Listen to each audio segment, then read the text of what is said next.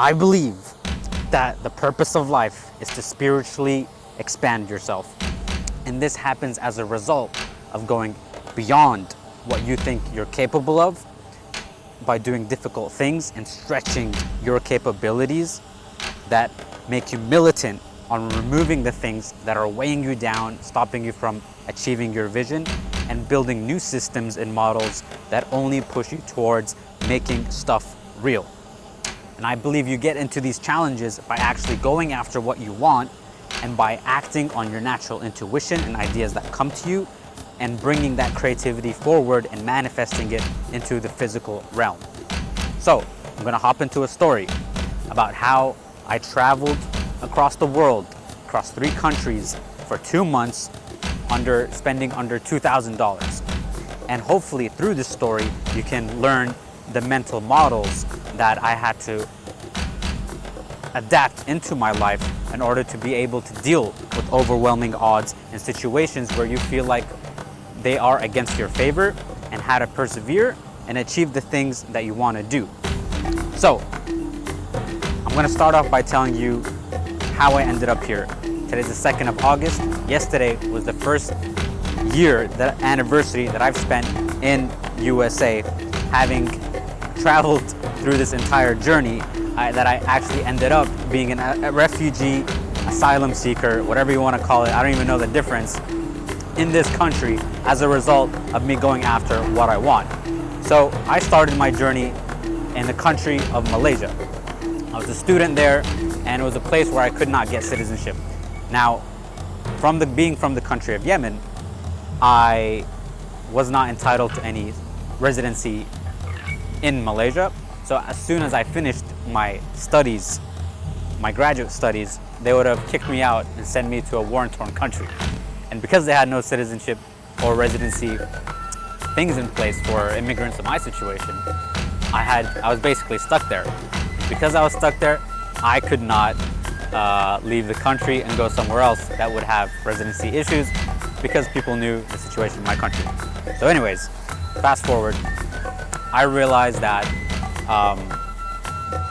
one of my mentors, Owen Cook, who I really wanted to attend one of his life's programs, it's been always a dream of mine, and I could never afford it. So after probably 8 years of following this guy and his teachings, I finally had enough money to go and attend one of his programs, and I signed up for it. And I knew that I'd have to get a flight to America in order to attend one of his programs.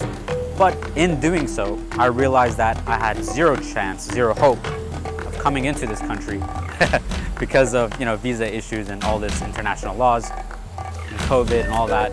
So I realized quickly that here's this thing I always wanted to do, but now that I wanted to do it, I couldn't actually do it.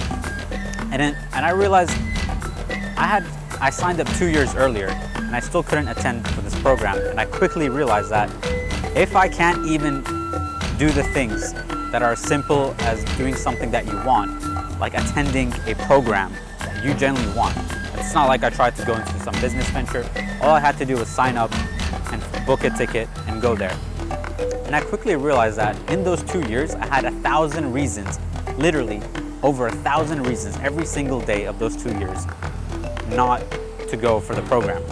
And I got extremely frustrated that even when something that I actually want to do, something I like, I couldn't even do that. And here I had all these other dreams that I had put on hold about the lifestyle that I wanted, the dreams and goals and things I wanted to build, and I was putting them off because, I didn't feel like it was the perfect time. Yet now when I finally decided to take a shot of something so simple as attending a program, I wasn't able to do that. So many obstacles. Everything was just like, no, you're not gonna make it, you can't get the visa, you can't travel, you can't do this. 1,000 reasons. And I'm like, if I can't even do this, the one thing that I decided, let's make it more real, things I've been wanting to do for years, how the hell am I supposed to do all these other things that I've been putting on hold? They're not gonna happen, because they're way more harder than attending a program. And I got so mad that I told myself, I will do whatever it takes in order to make this happen. I don't care what it costs me. I don't care if it costs me everything.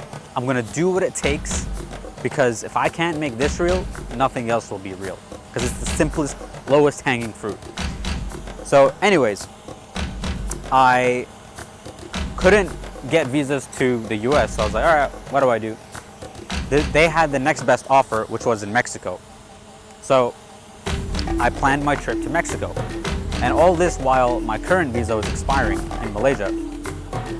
And I was like, yo, I gotta get out of here anyway. So I was like, I'm gonna go to Mexico. I don't know what's gonna happen to me. I don't know if I can come back to Malaysia. Even if I did come back, they're gonna kick me out. I don't know what I'm gonna do. I've never been to Mexico. I don't know anybody in Mexico. Sorry, I'm checking the battery. But as a result, I decided to jump the ship. I'm like, hey, we're gonna make this happen. I put it in my head that I'm probably not coming back to Malaysia, so I packed my life into 2 bags and I traveled all the way to Mexico. I attended the program. I had very little money. I took all the money I had in the world. Okay. Traveled to Mexico. I stayed there for 2 months.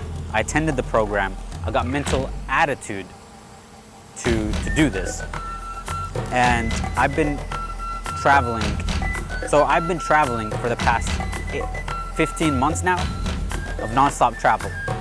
And as soon as one of the main things that I realized traveling across the world with under $2,000 was the biggest fear we have, especially I'm 28 now, 27, turning 28. The biggest fear we have as adults is trying to learn new things and getting out of our comfort zone. As kids, it's a lot easier, but as an adult, especially as you're getting older, your mind starts to calcify because it's trying to concrete itself and have, hey, let's stop changing things. Let's just stick to this. This is working. We've survived this far, which is why you find it very hard to convince older people of stuff that they could obviously be wrong about, because it actually hurts to challenge your belief systems and to learn new skills as you get older. So part of this is in our physiology. Number one is realizing how much dopamine plays a role in why you're not doing the things that you want. And what I mean by that is because your mind begins to calcify and you start getting grounded in your own beliefs, anything that challenges those beliefs or forces you to get out of your comfort zone to learn something new, you experience a loss in dopamine. And dopamine is responsible for motivation, for movement, for doing things. So when you experience a drop in dopamine, you're less likely, it feels painful. You lose your sense of status. We have all these superficial things within us that stop us from, it's just DNA, right? Evolution, whatever. We experience this loss of sense of status. We feel like, we're nobody, we're not the shit. We're going out of our lane. I can't do this. All this negative mental dialogue comes in because you're losing dopamine. Why even bother? Right, so basically, having to travel with little money, with little knowing what I was going to do, immediately I experienced a loss of dopamine and a loss of status. And having traveling for 15 months now, nonstop, this never goes away. Every time I pack my bags, I feel dread. Every time I have to look for new hotels, new places to stay, planning out my trip. You think these things are fun, but because you're having to get out of your comfort zone and make it a habit, it's like you're building new mental models in your head. You experience that loss of dopamine. So first of all, realize that that's going to be your first struggle, is actually having to deal with loss of dopamine and loss of motivation immediately when you're trying to go after what you want. It's never going to be easy. And matter of fact, what's even scarier is the more you get what you want and get comfortable, that's when it's even harder to go and have that more vigor, because now you're used to comfort and getting what you want, that the moment you try and go to the next level, you're gonna experience that same loss and you're like, no, this is bad, okay? So I had to deal with that burden of that dopamine loss and push through it in order to craft the things that I had to do in order to travel with no money. And the only way I was able to do that was by putting myself in a situation where I knew there was no other alternative, and by dealing with the pain. Now, to deal with that pain, you have to, one, connect to it, because that becomes your motivation. So number two is connecting to your pain without distracting yourself, and gaining focus and realizing that you are not your body, okay? You have the intelligence of the mind, intelligence of the body, and intelligence of the soul.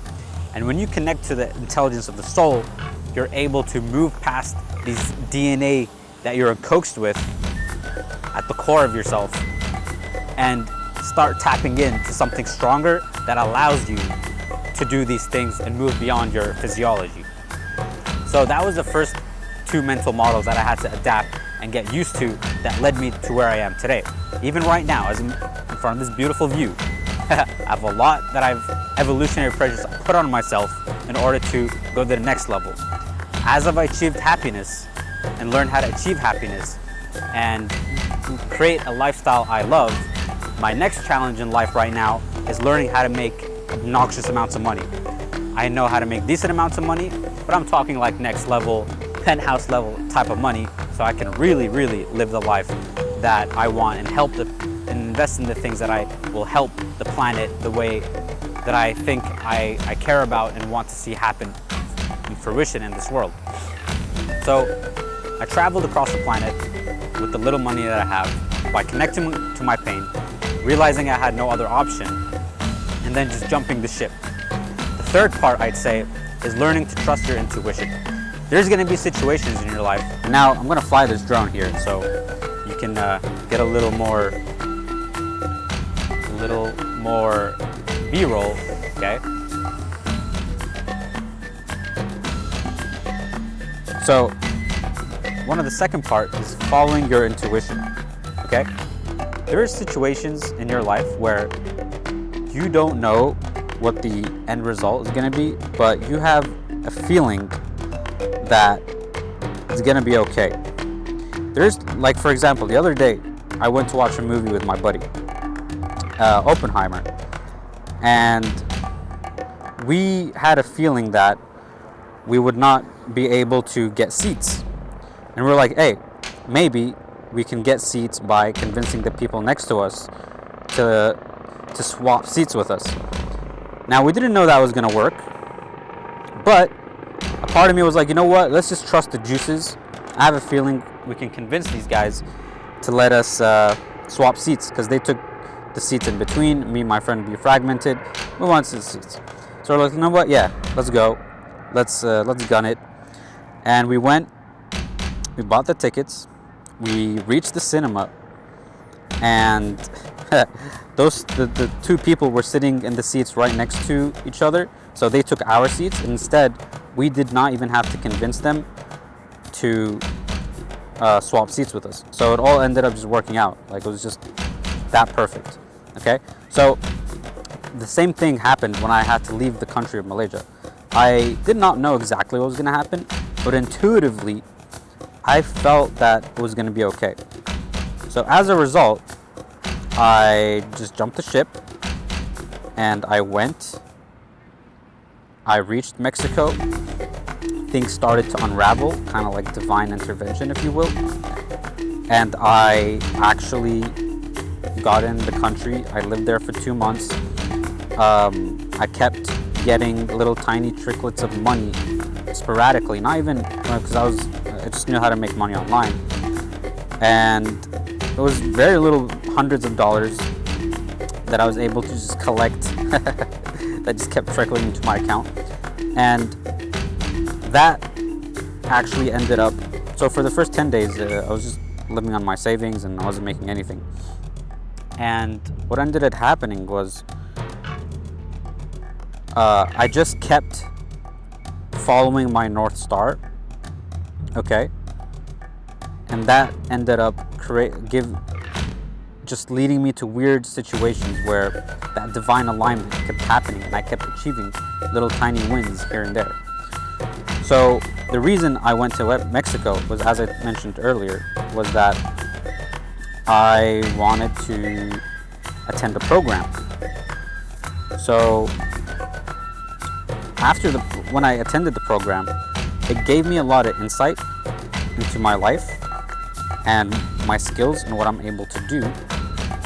And I gained the confidence that, you know what, I have the ability to achieve the things I'm fighting for.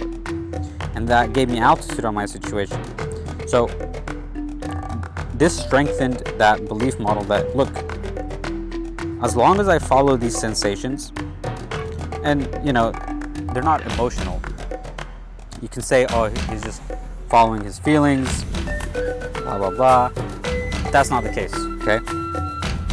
These weren't feelings. This was different from impulses and emotions. It was intuition, for lack of better words. So this intuition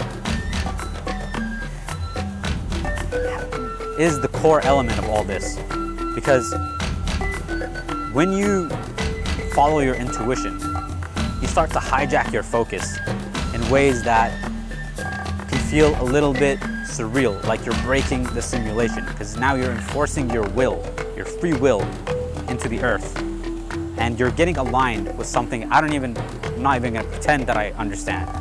All I know is that it's what's brought me here today. And I traveled to meet one of my mentors, okay? I really wanted to attend his programs. So I reached Mexico and I attended the program that I thought I was there for. And it was amazing. I learned new social skills that I never thought I was capable of. I saw new heights of what my abilities were and in how humans interact with each other. And it gave me the confidence that I'm capable of way more of my potential than I thought I had. As a result, I wanted more of this training. And I became even more fueled to go meet Owen Cook himself, but his events were only in the US. The ones in Mexico was like other coaches. I was like, you know what? Something intuitive told me, I want to see the man himself. I want to see him public speaking. I want to attend his program, not the other coaches' program. They were great, don't get me wrong. Jeffy is amazing. Probably one of the best. I had a better experience on Jeffy's program than Owen's program. But I was more obsessed about this idea of going through a pilgrimage, of traveling the world and meeting the best people in social skills and learning from them. I just wanted that story in my head. I knew what I was signing up for. I knew it wasn't a magic pill, but I just wanted that story for myself, to get bit by the radioactive spider, to become Spider-Man instead of waiting for a spider to bite me. I'm like, I'm gonna bite myself. And I wanted that pilgrimage story. So I went and did it. Again, blew all my money, traveled, packed everything up. Country I don't speak Spanish, country I don't know. Now I've got under $1,000 because I spent it on hotels and etc. And now I'm like, hey, I want to go to America. But how? I don't have a visa. They rejected my visa. But I was like, my country's in war. Maybe I can apply for asylum. I gotta know, I actually started to realize that I'm utterly screwed. If I went back to Malaysia, I would have been screwed because they were gonna kick me out. If I stayed in Mexico, I would have also been screwed because, there's a lot of cartel activity. There was I spoke to a lot of nomads and business owners and locals, and they said, yeah, you gotta pay the cartel. I'm like, what? That's insane. I am not staying here, especially if I'm gonna be an entrepreneur. No way am I gonna stay in Mexico. So, beautiful country, but it's got its problems. I have very little money, enough money to either go back to Malaysia or to spend the rest of it and try and fly to the closest airport, TJ, Tijuana, where is the closest airport towards the border. Because I heard stories of cartel activity in border cities, taking advantage of all these refugees. This was around the same time the whole Ukraine thing happened. So they were taking advantage of a lot of these desperate people. So I was very cautious, and anything you read on the news is very polarized, and you just write TJ, it's all just like danger, danger, danger. So I was like, screw it. I'm just gonna take my chance. I'm gonna go to TJ, it's the closest airport. I booked the last of my ticket of the money that I have. I have like $300 left. And I go to TJ, and long story short, I go to the border, they don't accept me. I got all my bags, now I'm like a sitting duck. And I had to hop around the city looking for refugee centers, okay? Because at that point I had no other option. And then I met an Uber driver who told me, hey, I see what you're doing. Don't do it this way. I know a place. that I can send you, and then they'll be able to help you. So I didn't believe this guy. I thought, maybe this is the things I was reading on the news. Maybe he's cartel. I don't know. I gave it a chance, like, show me the place. Again, followed the intuition. I had no idea this was gonna happen, okay? Again, I get rejected at the border. I'm going back to the airport in an Uber, and the Uber driver notices my situation with my bags and everything. He's like, go to these centers. So I go to these centers, he drops me off. They're like, hey, we don't help people go to America, we help people stay in Mexico. So if you want that, we can help you, but not here. You gotta go to another center. Go to the other center, they tell me the same thing.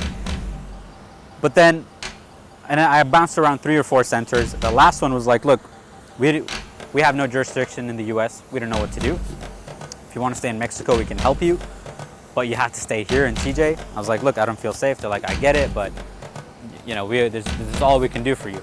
They're like, what we can do though, is there's this other shelter that we can get you a little accommodation. You can live there till you figure your stuff out. So I was like, okay. So they booked me a bed in this shelter.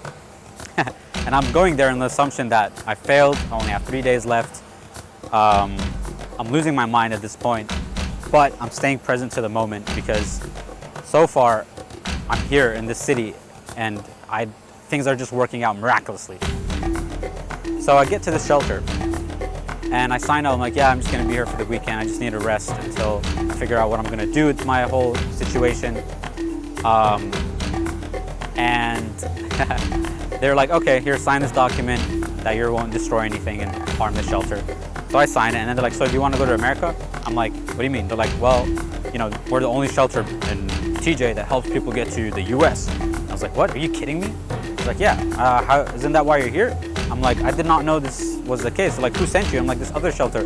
And basically nobody knew that this was happening. And I didn't know. And I just stumbled across this thing that was leading me to my promised land. So, but they also told me, we don't know how long you're gonna be here. Could be a few months, could be half a year. Can't promise you anything. So, but you have to stay here no matter what. If you leave, we'll cancel your application. So I decided, I took some time to think about it, and I was worried because I did not want to be stuck there for 6 months. So I was like, you know what, let's go. Again, experienced a loss of dopamine, loss of status. I was now in a shelter with 50 other people in bunk beds. And I had to connect to my pain again as a motivator because I realized that I asked myself, what do you need? Not what you want. And I realized that I had no other option. So, and then the third part, listen to the intuition, which I felt like it was gonna be okay, even though I did not know the logistics.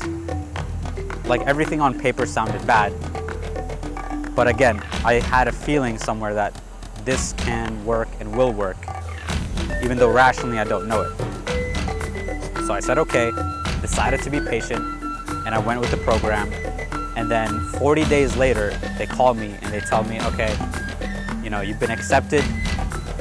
We're gonna put you in a van and we're gonna drive you to the border, and you're gonna be able to cross. They're gonna let you in. So I was like, wow, that's crazy. So here I was 2 months later on this journey at the shores, San Diego, at $300. And the Mexicans were taking me and the Americans were receiving me. It's so surreal. And all this was like legal. There was no laws being broken. It was just systems you didn't even know existed. You can't find this online. Nobody knows about these things. And I found it by accident. So I was really starting to my brain was melting. So I was like, what is going on? What did I tap into here? And yeah, by the 1st of August, I was in San Diego on a beach. And I was like, wow, I actually made it. So then I was like, now what? I went back to the vision, which was Owen Cook. And I was like, free tours, I want more programs. And even though I had no money and I was in California, most expensive place ever, I was like, how am I gonna survive? It's impossible. I don't know anybody in this country.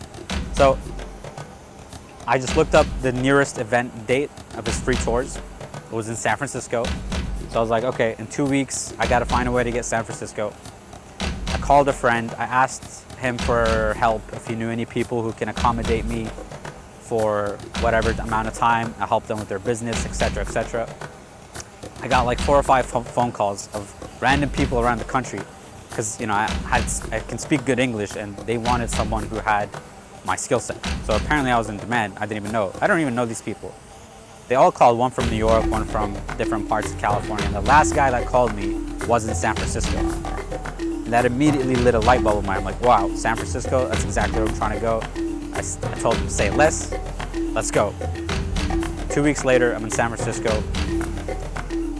Free accommodation, free food. Guy gave me an allowance. And that same weekend, I ended up at a free tour with Owen Cook. Signed up for his program. I got to see this guy live, and it blew my mind that 2 weeks ago I was living in a refugee shelter. Now I'm in a program in Mexico with this guy over here. So those are the 3 mental models that I believe that I've tested over 15 months that have successfully allowed me to keep doing things that seem impossible, but getting things to align in a way where I'm not even in control of the situation, but I learned how to land the freaking plane, right? Even though I don't know what I'm doing. Recognize you're gonna lose dopamine, get in touch with your pain, follow your intuition. And then also take massive action. That's the last one. You can't just jump the gun and not seriously apply yourself in ways that you'll be tested so hard. But if you just keep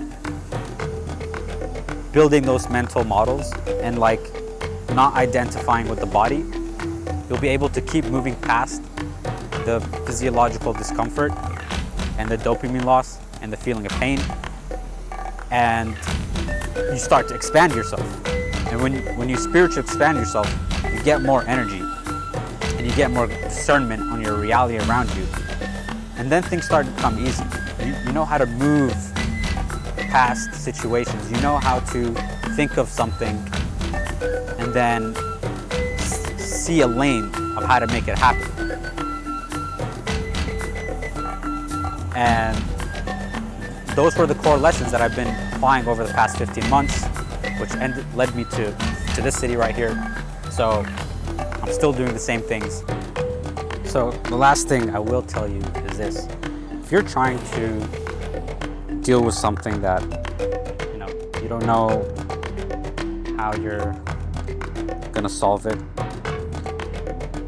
the first thing I would tell you is don't listen to what you see online. Most of the time, it's just showing you a small portion of reality. It's not actually the truth. If you intuitively feel like doing something, go get a taste of it yourself. Don't just rely on what people share with you.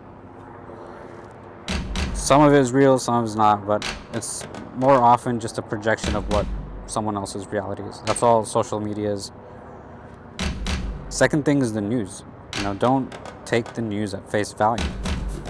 Otherwise, you're gonna just not follow anything you do. Matter of fact, the more of your intuition that you listen to, the more people tell you you're crazy, and that oftentimes most of your ideas you're trying to make almost never make sense, because life is so crazy and improbable. Like how is it supposed to make sense? It's also random. So your ideas, you're just a monkey with a plan, right? And the key is to kind of make that voice louder and to realize what part of your voice is impulses and what part of it is actual intuition. And by failing a few times, you're gonna learn to discern the difference between the two voices.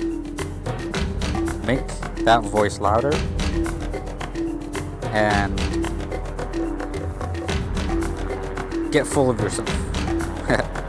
Get so full of your own energy. That you start to kind of create your own reality. That's the key right there. And that's how you move outside of the Overton window, as they call it. And you start making stuff real. You make stuff real. The way you view life starts to change. You don't feel helpless. You start to move in massive alignment. You start to feel aligned. You are able to feel like everything is moving, kind of like fulfilling your purpose or your destiny, you know?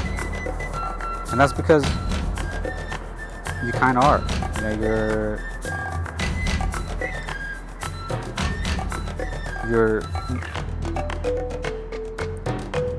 I don't know what it is. Okay, if you know the answer, let me know in the comments, but I don't know. I'm not gonna pretend like I know.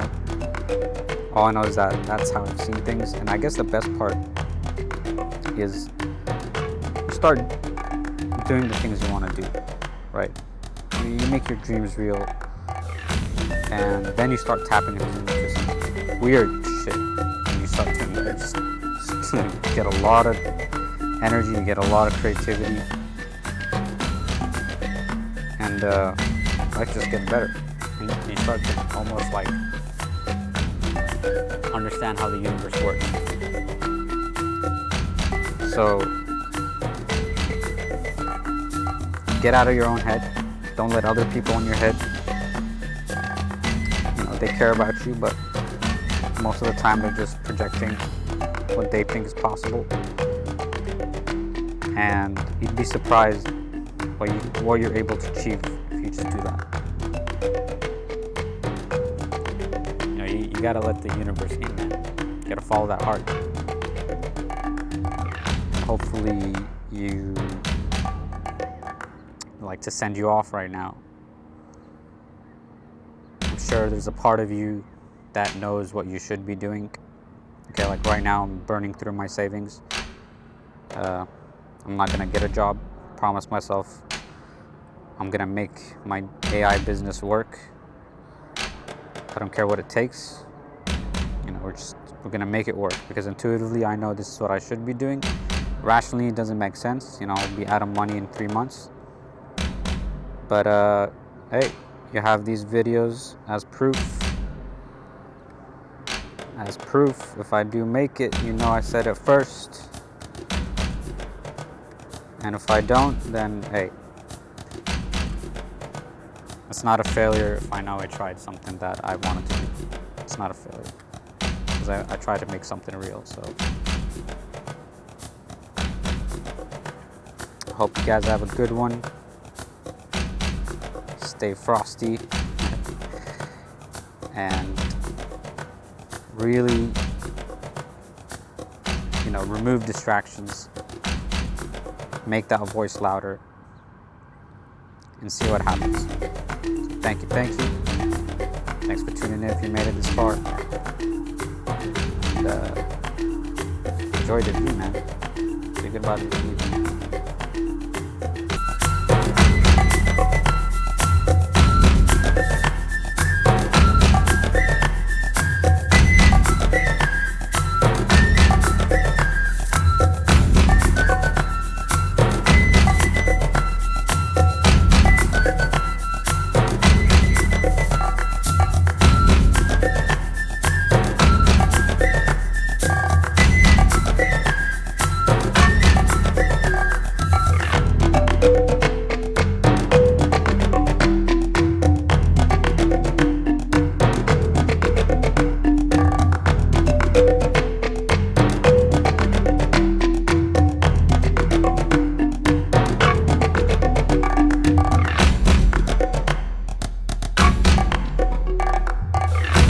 you.